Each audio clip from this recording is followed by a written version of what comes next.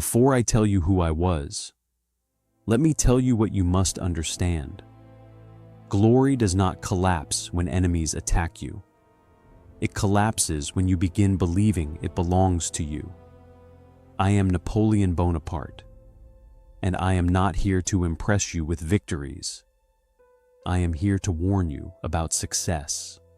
Listen carefully, because your ambition is not very different from mine. Power never begins with noise. It begins with preparation.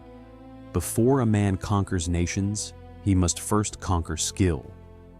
When I was a boy from Corsica, I was an outsider in France, mocked for my accent, ignored by aristocrats, dismissed quietly.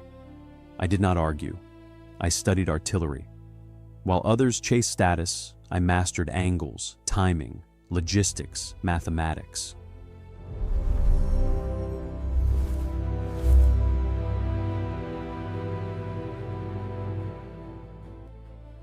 When revolution exploded across France, generals panicked. But artillery does not panic, it calculates. At Toulon, I repositioned cannons with precision. The British fleet withdreau. Armes, citoyens! Formez vos bataillons! Marchons! Marchons! And overnight, my name rose. Now understand what that means for you. When chaos erupts in your life, Vive la France! Vive la liberté! Abat la tyrannie! in your industry, your environment, your nation, the emotional will shout, but the prepared will rise. Do not seek opportunity. Build competence so that when opportunity appears, you are inevitable.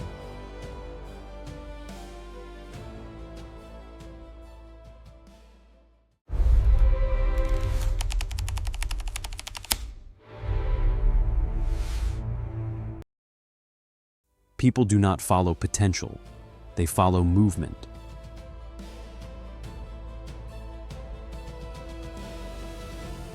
Vive la nation! L'arme vive France!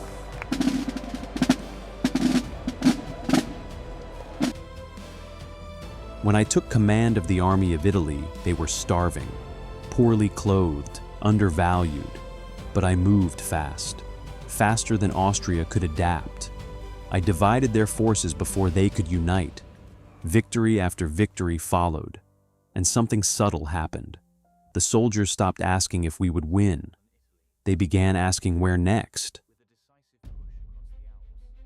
Momentum transforms doubt into faith. But here is what you must learn. Speed is a weapon, but it is also addictive. When things move in your favor, you will feel unstoppable. That feeling is dangerous, because once people believe in your myth, you may begin believing it too.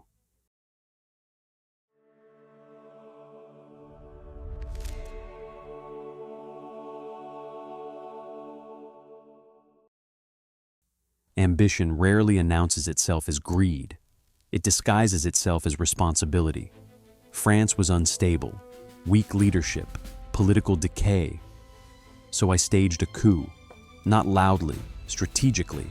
18 Brumaire. I positioned allies. I neutralized resistance. I controlled narrative. I became first consul, then emperor. And when I crowned myself in 1804, taking the crown from the Pope and placing it upon my own head, I was making a statement. Authority is never given permanently. It must be seized. Now listen to this carefully. When you rise in your field, you will tell yourself, if I do not take control, someone less capable will. That is how power justifies itself. And sometimes it is correct. But once you remove equals from around you, you remove those who can challenge your mistakes. Ask yourself, who is allowed to question you? If the answer is no one, you are already vulnerable.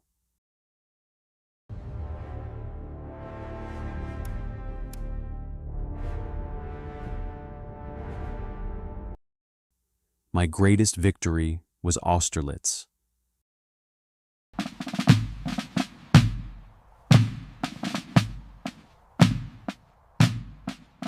I deliberately appeared weak. I abandoned high ground. I lured the combined Russian and Austrian armies into attacking. Then I split them apart and crushed them. It was brilliant. Historians still call it my masterpiece, and that was the beginning of my blindness. Because success does not whisper, it convinces. Europe believed I was invincible. Eventually, so did I. And here's the truth you must confront. Past victories do not guarantee future conditions. The strategy that wins today may destroy you tomorrow. If you stop questioning yourself because you have proven yourself before, you are preparing your downfall.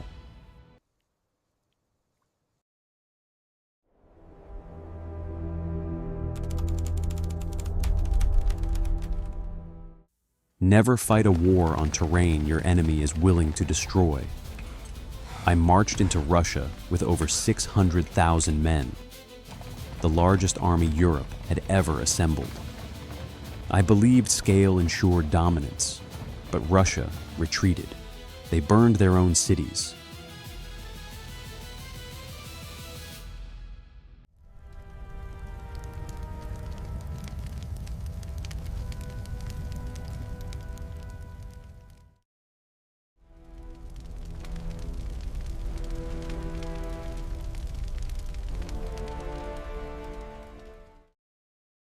They abandoned Moscow. They starved my army. And then winter came. Do you understand what that means? The enemy did not defeat me. Environment did. Cold stripped discipline. Hunger dissolved morale. Frostbite destroyed strength. The Grande Armée did not collapse in battle. It dissolved in endurance. Now apply this to your life. When expanding, your business, your influence, your ambitions, ask yourself, are you prepared for sustainability, or are you intoxicated by scale? Growth without infrastructure is self-sabotage. I entered Russia with an empire. I left with fragments.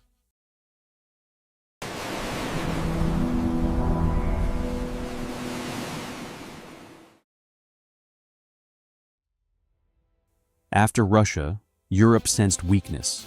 Coalitions formed rapidly. Allies shifted. Men who once praised me began negotiating behind closed doors. Here is a lesson you must never forget. Loyalty built on success is rented. When results decline, so does devotion.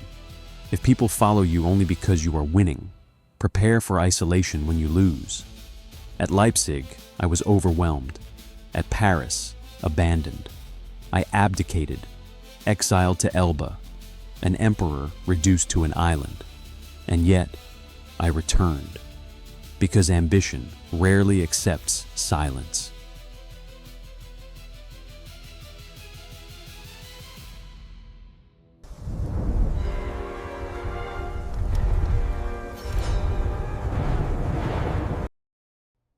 There is always a moment, a single day, a single decision, where accumulated pressure breaks structure. At Waterloo, rain delayed my artillery. Mud swallowed wheels. Gunpowder misfired. Coordination fractured. I delayed the attack, waiting for the ground to dry. That delay allowed Wellington to fortify. That delay allowed Blücher to approach.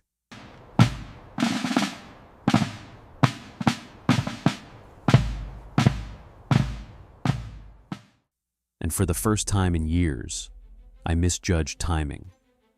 By evening, the Imperial Guard, my final reserve, my symbol of invincibility, advanced. They were repelled. When the Guard retreats, the myth dies. In a single afternoon, 2 decades of dominance collapsed. Now listen carefully. When you rise high enough, small errors become fatal. Margin disappears at the top. And when margin disappears, there is no room for hesitation. But Waterloo was not the final lesson. It was the exposure. The most dangerous emotion after success is arrogance. The most dangerous emotion after failure is denial. After my first exile to Elba, I returned. The 100 days. I convinced myself that destiny had unfinished business with me. France welcomed me back. Vive la France! Vive la liberté! The army rallied. The old fire reignited. But the battlefield had changed. Europe had adapted to me. Coalitions learned my methods. My enemies no longer underestimated me. And yet, I still believed I could replicate past strategies under new conditions. Here is what you must understand.